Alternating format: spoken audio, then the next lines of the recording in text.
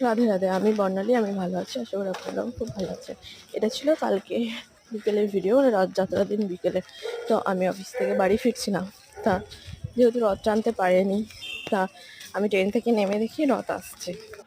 তা ওই যে বলে না, মনে বিশ্বাস থাকলে সব কিছু হয়, মেন হচ্ছে বিশ্বাস ভগবানের প্রতি। তা আমারও সেটা কোনো বিফলে যায়নি। তো এটা দেখতেই পাচ্ছেন, আমি রথ টানতে চলে এসেছি।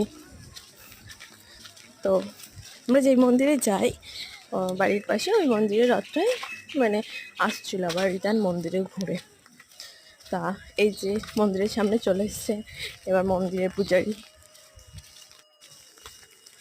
একটু পুজো করে নিচ্ছে, তারপরে এনাদের আবার মন্দিরে নিয়ে চলে যাবে, মন্দিরে ঢুকিয়ে দেবে। তা আমি কি বলবো, মানে সেই ইয়েটা বলে মানে প্রকাশ, মানে বলে বোঝানোর মতন নয়। মানে আমার এত কান্না পেয়েছে, মানে আমি জানি না কেন কান্না পেয়েছে। আমি রথ ট্রেনে যখন রথের পেছন পেছন আসছিলাম, মানে আমি নিজেকে সামলাতে পারছিলাম না। মানে প্রভুকে দেখার পর, রথ টানার পর, তো আমি এবার এখন মন্দির থেকে বাড়ি চলে এসেছি। তারপরে মা জিলিপি এনে রেখেছিল, আর আমার গোপু সোনাদের জন্য পাঁপড় বানাচ্ছে। পাঁপড় ঘরে কেনা ছিল, তো আমি যে মিনি রাইস কুকারটা কিনেছি ওটাতেই পাঁপড় বানাচ্ছে। এবার আমি পাঁপড় ভেজে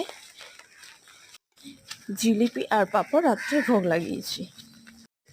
জানেন তো, ভগবানের ওপর বিশ্বাস রাখবেন, আপনার ঠিক ভগবান সব কিছু দেখতে পায়। সে হচ্ছে জগন্নাথের নাথ, সে সব জানে, সে অন্তর্জামী।